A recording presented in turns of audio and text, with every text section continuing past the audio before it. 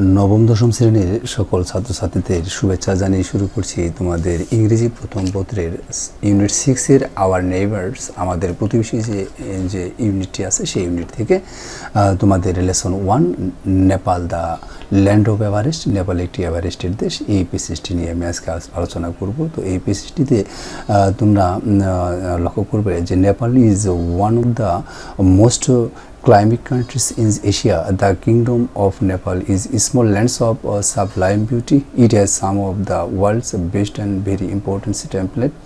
It is the country that it is rich in scenic beauty and culture heritage.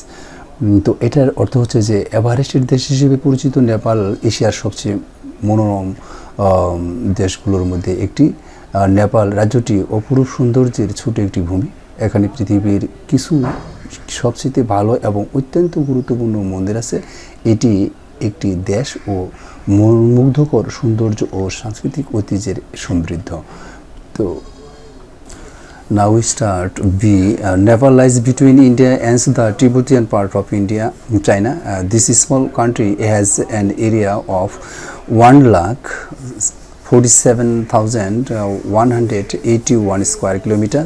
Southern Nepal is tropical low and lands and known as the terai plants.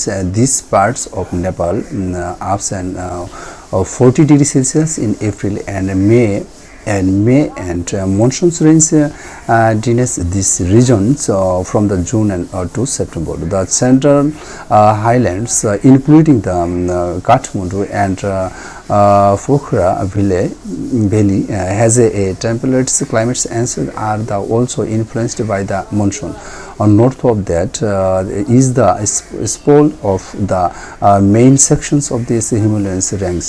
This part of Nepal has some of the highest peak of this world, including Everest. তো এখানে তোমরা এটার যদি অনুবাদ এরকম হয় যে ভারত একটি চীনের তিব্বতের অংশের মাঝে নেপালে অবস্থিত। এটি ছোট একটি দেশ, আয়তন যার হচ্ছে 1,47,181 বর্গ কিলোমিটার।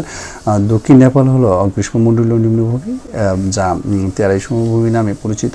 নেপালের এই অংশে রয়েছে উত্তপ্ত গ্রীষ্ম ও উষ্ণ শীতকাল। এখানে এপ্রিল ও মে মাসে তাপমাত্রা 40 ডিগ্রি সেলসিয়াস এবং পর্যন্ত উঠে থাকে।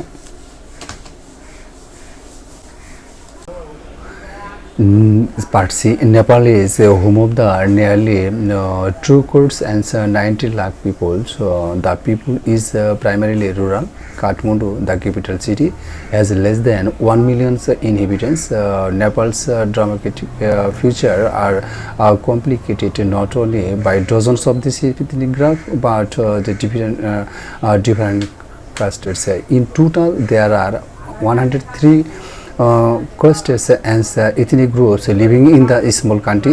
The two largest of this group in this known as the Thuri and Burhan. Others including Magar, Thuru and Stamangs, Newer Muslims, Gudongs and Damai. About 48% of these people speak Nepal.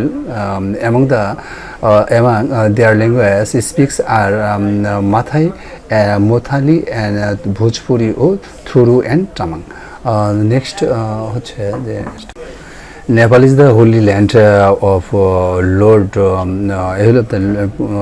Pashupatinath and Gautam Buddha, where the Hindus and Buddhas have lived together in harmony. For features and temples of this Putapani is the most sacred Hindu sites and one of the 4 most important sites of this world of this Shiva worshippers.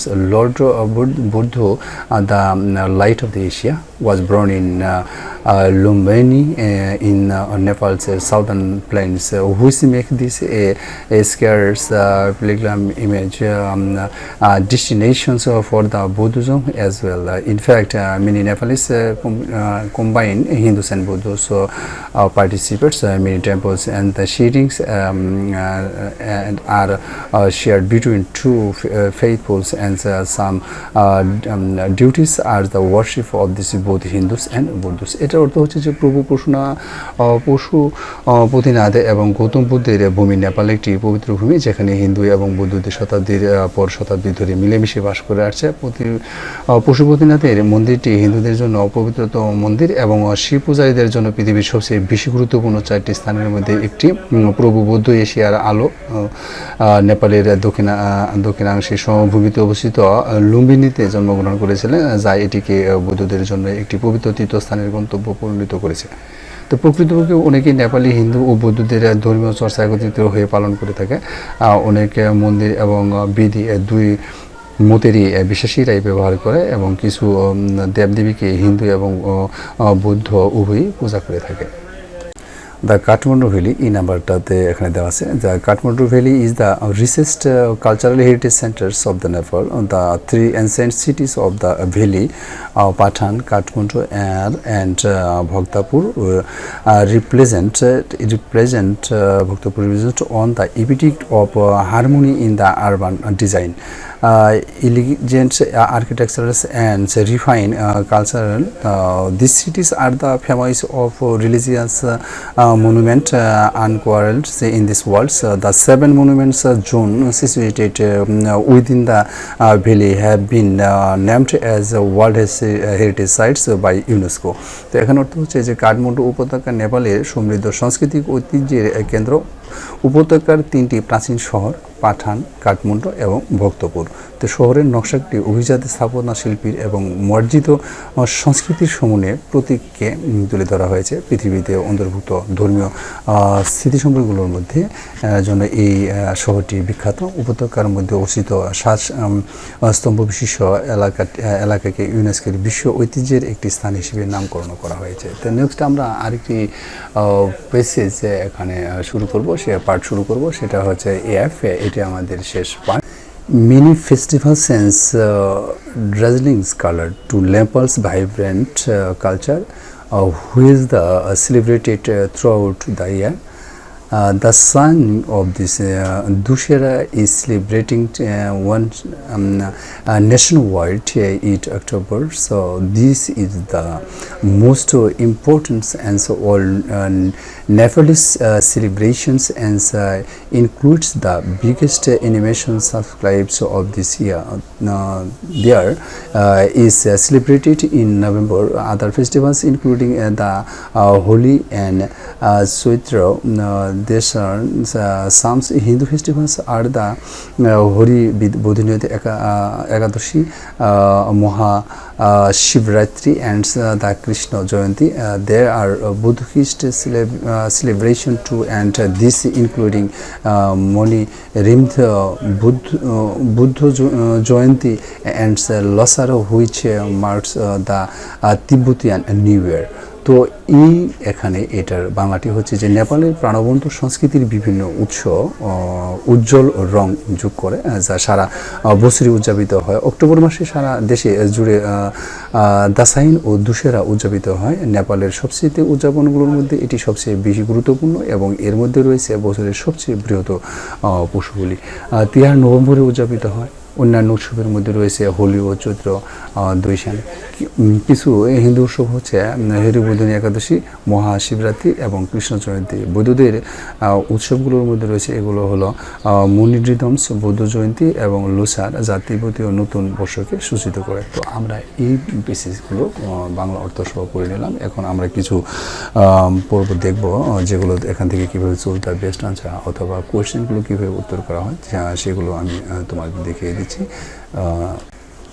তোমাদের পাঠ্য বইতে 5টি choose the best answer দেওয়া হয়েছে, যেমন C পার্টে আছে। For the is phrases below choice of this meaning that is the closest of the meaning is of the places. তো ট্রপিক্যাল ল্যান্ডার্স, যে গ্রীষ্মকালীয় নিম্নভূমি বলতে এখানে কী বোঝানো হয়েছে, এটা উত্তর হচ্ছে N area of the land having humid climate. তো এটা তোমাদের উত্তর হবে। এবং 2 নম্বর যেটি দেওয়া হয়েছে সেটা হচ্ছে যে ফ্রেট ক্লাইমেটস বলতে কী বুঝো, নাতিশীতোষ্ণ জলবায়ু বলতে কী বুঝো, এটার উত্তর হচ্ছে এ মডারেট ক্লাইমেটস।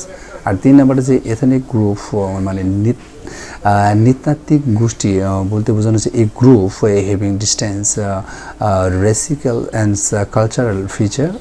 আর 3 নাম্বারটা দেওয়া হয়েছে যে ফ্লেগমেনিংস ডিস্ট্রাকশনস, অর্থাৎ হলো তীর্থযাত্রীদের গন্তব্য, এটার উত্তর হচ্ছে a skirts is place where people travel to the perform to religious act, এটা। আর 5 নম্বরটা দেওয়া হয়েছে ইলিজেন্ট আর্কিটেকচার, অর্থ হচ্ছে যে আভিজাত স্থাপত্য শিল্পগুলো কী কী, এটার উত্তর দেওয়া আছে যে ভিউনিংস অফ দিস হিস্টোরিক্যাল ইম্পর্টেন্স। অর্থাৎ এই নাম্বারের প্রশ্নটার উত্তর হচ্ছে তোমাদের এ নাম্বারেই থাকবে, যার অর্থ হচ্ছে যে পাহাড়ে অবশিষ্ট একটি আর্দ্র, তার অর্থটা হচ্ছে যে আর্দ্র জলবায়ু সম্পন্ন একটি এলাকা।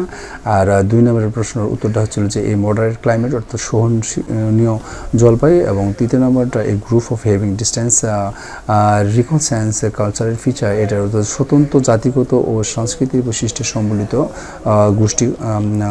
গোষ্ঠী। এবং 4 নম্বরটার অর্থটা হচ্ছে যে এই পবিত্র স্থানটি যেখানে মানুষ ধর্মীয় কাজের জন্য ভ্রমণ করে। আর 5 নম্বরটার উত্তর হচ্ছে যে ঐতিহাসিকভাবে গুরুত্বপূর্ণ অট্টালিকাসমূহ। তো আজ এই পর্যন্তই, খুদা হাফেজ। আমি এর পরবর্তী ভিডিওগুলোতে কীভাবে এখান থেকে প্রশ্ন তৈরি করা যায় এবং শূন্যস্থান এবং আরও বেশ কিছুগুলো আইটেম আমি তোমাদের জন্য তৈরি করে দেবো। সকলকে অসংখ্য ধন্যবাদ। সকলেই ভালো থাকো, সুস্থ থাকো।